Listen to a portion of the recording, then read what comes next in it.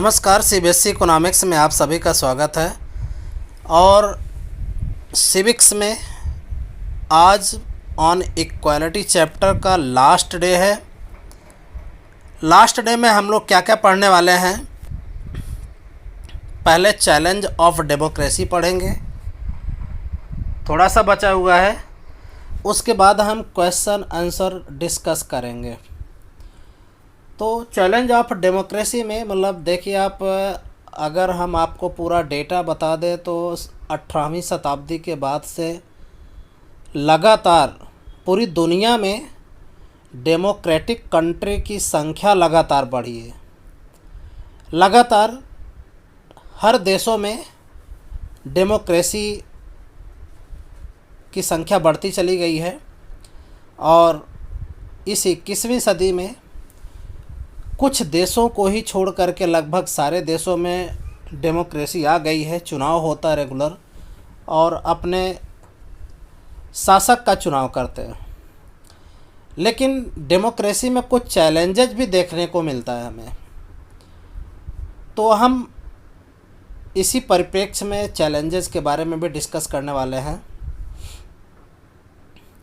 कोई भी देश दुनिया में देखिए, no country can be described as being completely democratic. दुनिया में कोई भी देश पूरी तरह से डेमोक्रेटिक नहीं है। मतलब कोई भी देश हो पूरी तरह से लोकतांत्रिक है ही नहीं। लोकतंत्र का मतलब ही होता है जनता का शासन, जनता द्वारा चुना गया शासक और जनता के लिए। लेकिन ऐसा होता नहीं है। बहुत सारे अधिकार छीन लिए जाते हैं जनता के।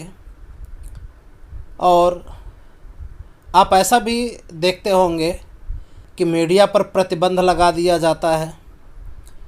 डिस्क्रिमिनेशन देखने को मिलता है देश के अलग अलग जगहों पे। तो ये सारी चीज़ें देखने को मिलती है आपको। तो कम्प्लीटली डेमोक्रेटिक नहीं कह सकेंगे। आप करप्शन देख लीजिए, करप्शन कितना ज़्यादा डेमोक्रेटिक कंट्री में है।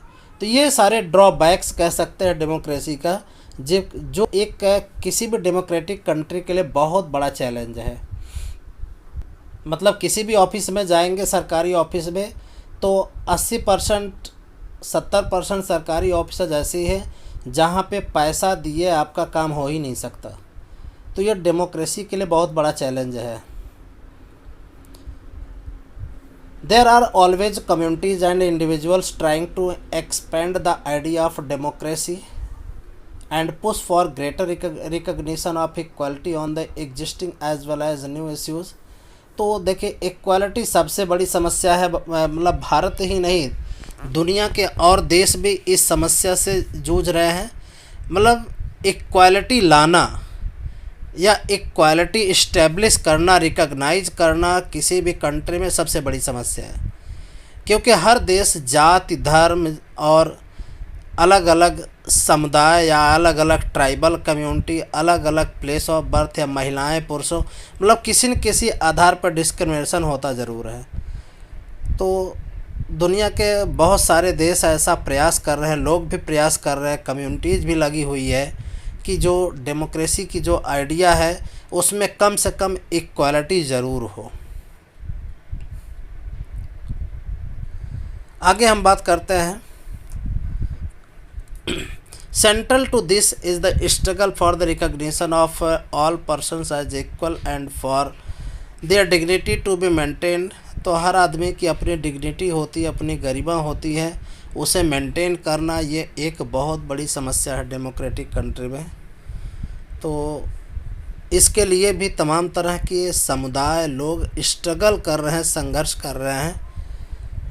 लगातार लोग प्रयास कर रहे हैं कि डिग्निटी को मेंटेन किया जाए और इक्वालिटी को पूरे देश में, हर समुदाय में, हर धर्म में, जातिगत जो भी है उसको, इनइक्वालिटी को ख़त्म किया जाए और इक्वालिटी इस्टेब्लिश की जाए। तो आपने इस चैप्टर में इक्वालिटी के इश्यूज़ को पढ़ा और कहीं न कहीं हमारे डेली लाइफ को ये अफेक्ट करता है। मतलब एक लोकतांत्रिक भारत में जो दैनिक जीवन है, आपको ऐसी इनइक्वालिटी जैसी ओम प्रकाश वाल्मीकि की देखी कंडीशन देखी, मिस्टर एंड मिसेज अंसारी की देखी, तो ऐसा हर किसी के साथ ऐसी घटनाएं होती रहती हैं, ऐसा देखने को मिलता रहता है। तो भारत जैसे देशों में और दुनिया के अन्य देशों में आगे के जो और भी चैप्टर्स हैं उसमें हम देखेंगे कि सभी देश के सभी नागरिकों को समानता का अधिकार मिले और डिग्निटी को मेंटेन किया जाए। इसके लिए मिस देश समाज लोग इसके लिए संघर्षरत है। तो अब हम बात कर लेते हैं, क्वेश्चन आंसर की बात करते हैं आगे।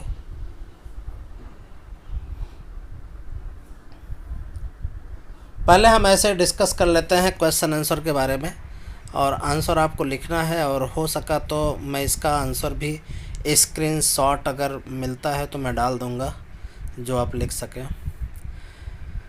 इन democracy why is universal adult franchise important. सबसे पहले आपको यूनिवर्सल एडल्ट फ्रेंचाइज समझना चाहिए क्या चीज़ है, हालांकि आपको ये समझा दिया गया है।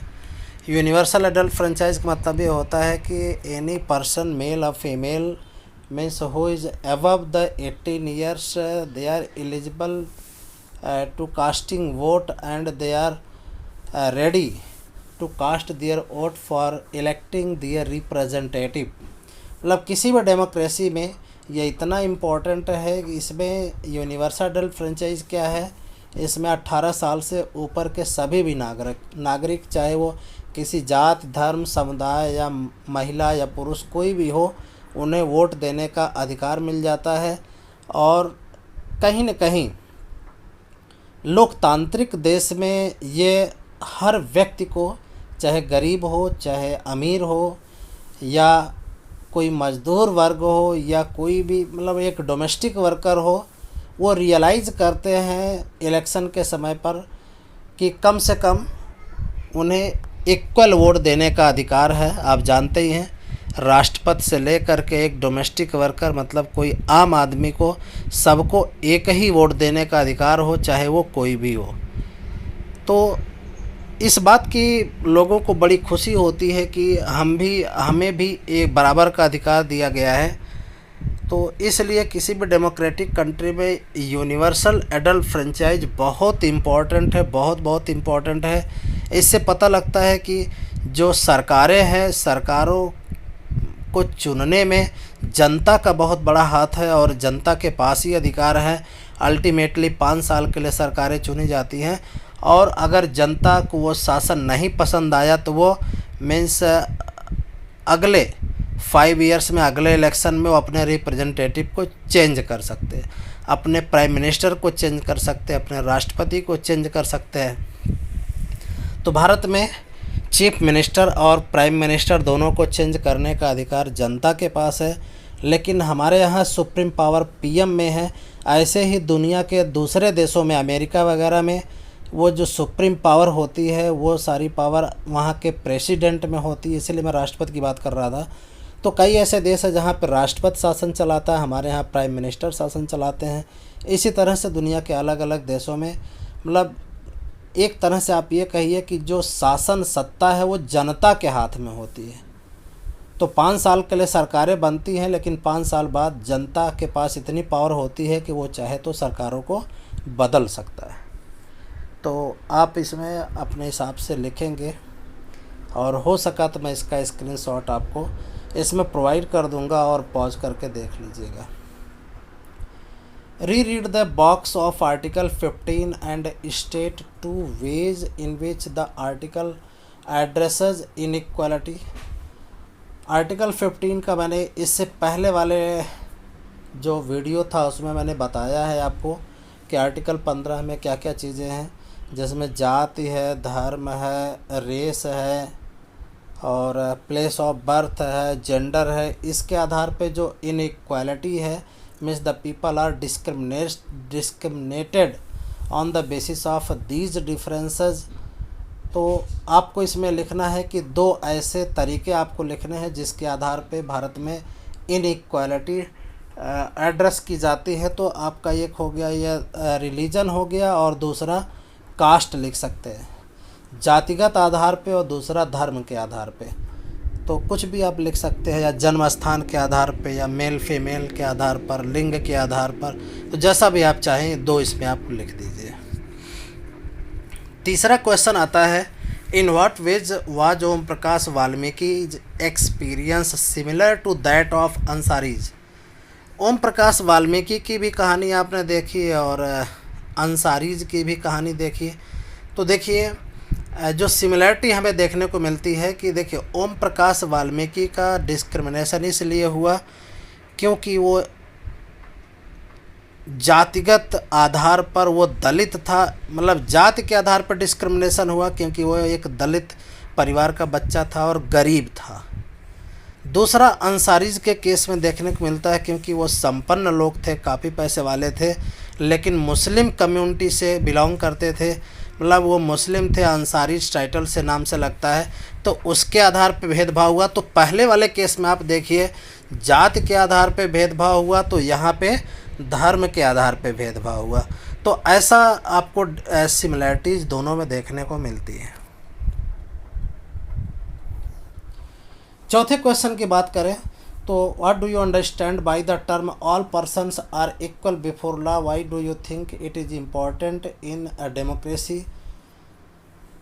आप इस शब्द से क्या समझते हैं कि क्या मतलब कानून के समक्ष सभी व्यक्ति बराबर हैं। ये बिल्कुल सही है। भारत के संविधान में ऐसी व्यवस्था की गई है कि राष्ट्रपति से लेकर के एक देश का जो डोमेस्टिक वर्कर होता है या लेबर क्लास होता है या गरीब से गरीब आदमी होता है, सबके ऊपर एक ही कानून लागू होता है। वो कानून मतलब सबके लिए बराबर होता है। अगर कोई भी अपराध करता है, चाहे वो गरीब आदमी करे, चाहे वो राष्ट्रपति करे, चाहे प्रधानमंत्री करे या कोई मंत्री करे, सबके लिए सज़ा का एक ही प्रावधान है। तो कहीं न कहीं ये टर्म आपको स्पेसिफाई करता है और किसी भी डेमोक्रेसी के लिए बहुत ज़रूरी है, क्योंकि लॉ एंड ऑर्डर मेंटेन करना डेमोक्रेसी में बहुत ज़रूरी है। हमारे अधिकार है, लेकिन हमारे कर्तव्य भी बनते हैं कि हम जो सरकार के नियम कानून हैं उसको फॉलो करें और उसको मानें और सरकार के कहने के हिसाब से ही हम कार्य करें। उसके अगेंस्ट कोई भी कानूनन कोई कार्य ना करें, मतलब कानून के अगेंस्ट कोई कार्य आपको नहीं करना है। तो ये डेमोक्रेसी के लिए बहुत ही बेहतर है, क्योंकि इसमें ऊंच नीच या धर्म या जाति या अमीर या गरीब नहीं देखा जाता। सबके ऊपर डेमोक्रेटिक कंट्री में कानून सबके ऊपर बराबर रूप से लागू होता है, चाहे वो देश का कोई भी नागरिक हो। इस तरह से आपके ये 4 क्वेश्चन कंप्लीट होते हैं। अब हम बात करते हैं 5वें क्वेश्चन पे। एक्चुअल में 5वां क्वेश्चन जो है, the government of India pass the disability act in 1995। Disability समझते हैं, जो शारीरिक रूप से अपंग हो जाते हैं उनके लिए, उनकी सुरक्षा के लिए, सेफ्टी के लिए, ग्रोथ के लिए, सपोर्ट के लिए डिसेबिलिटी एक्ट बना 1995 में। और ये कानून कहता है, this law states that persons with disabilities have equal rights. मतलब कोई भी देश का व्यक्ति है या बच्चा है, वो डिसेबिलिटी के साथ पैदा हुआ है या बाहर हुआ है, तो उसके बराबर के अधिकार मिलते हैं। And that the government should make possible there full participation in the society. मतलब समाज में उसका बराबर की भागीदारी भी सुनिश्चित की जाती है। Government has to provide free education. अगर कोई डिसेबल चाइल्ड है तो उसे निःशुल्क शिक्षा मिलती है, कोई फीस नहीं लगती है। Integrate children with the disability into main stream school. तो ऐसे डिसेबिलिटी वाले बच्चे को स्कूल में के मेन स्ट्रीम में लाने का प्रयास किया जाता है। This law also states that all public places including buildings school, मतलब कोई भी पब्लिक प्लेस हो, शुड बी एक्सेसिबल। उस पब्लिक प्लेस को ऐसे डिज़ाइन करना है कि वहाँ पे, जैसे अभी आप फ़ोटो में देख पा रहे हैं, इसमें थोड़ी सी बच्चे को समस्या हो रही है क्योंकि वो जो उसका व्हीकल है डिसेबल वाला, वो नहीं जा सकता है। तो उसके लिए यहाँ पर रैंप वाकई बनना था। ये किसी स्कूल का है, तो 4 प्राइवेट गार्ड उठा करके लेके आ रहे हैं, तो ये गलत है। यहाँ पर रैंप नहीं बना हुआ स्कूल में, और कानूनन अब हर जगह पब्लिक प्लेस पर रैंप बनाने की व्यवस्था कर दी गई है। तो accessible and provided with ramp. तो इसमें कुछ क्वेश्चन पूछे गए हैं आपसे, आप इस चित्र को देख करके look at the photograph and think about boy who is being carried down the stage. Do you think the above law is being implemented in his case. तो इस केस में क्या कानून को, डिसेबिलिटी एक्ट को लागू किया गया है? नहीं, मैं कहूँगा नहीं, आप भी लिखिए नहीं। No, this disability act 1995 has not been implemented in this case because the child is not accessible with ramp. Ramp is not made in this school. तो स्कूल प्रशासन ने रैंप नहीं बनाया हुआ है, इसलिए यहाँ पे इस स्कूल में ये एक्ट नहीं लागू हो पाया है। तो इनके खिलाफ कड़ी कार्रवाई होनी चाहिए। तो जस्ट ये केवल एग्जाम्पल के लिए है। What needs to be done to make the building more accessible for him. मतलब इसको एक्सेसिबल बनाने के लिए क्या करना चाहिए? आपको पता है कि रैंप बनना चाहिए और पानी पीने और टॉयलेट हर तरह से, क्लासरूम को हर तरह से, हर चीज़ों को ऐसे बच्चे के लिए एक्सेसिबल बनाना है जहाँ पे बच्चा लाइब्रेरी में भी आसानी से पहुँच सके और टॉयलेट में भी आसानी से जा सके और क्लासरूम में जा सके, पीने के पानी वाले स्थान पे जा सके। मतलब हर जगह उसका एक्सेसिबल होना चाहिए। ये डिज़ाइन इस तरह से होना चाहिए, लेकिन कभी कभी ऐसा देखने को नहीं मिलता है। How would his being carried down the stairs affect his dignity as well as his safety.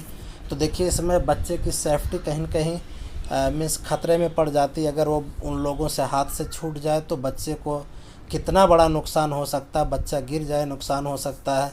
तो ये और बिना दूसरे की हेल्प के कहीं जा नहीं सकता है।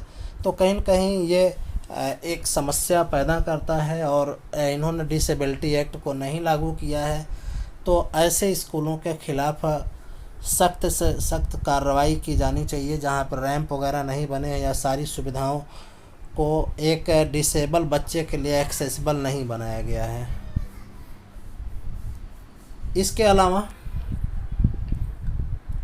आप अपनी कॉपी में ग्लॉसरी वाला पोर्शन तैयार कर लीजिएगा। Universal adult franchise, dignity, constitution, civil rights movement.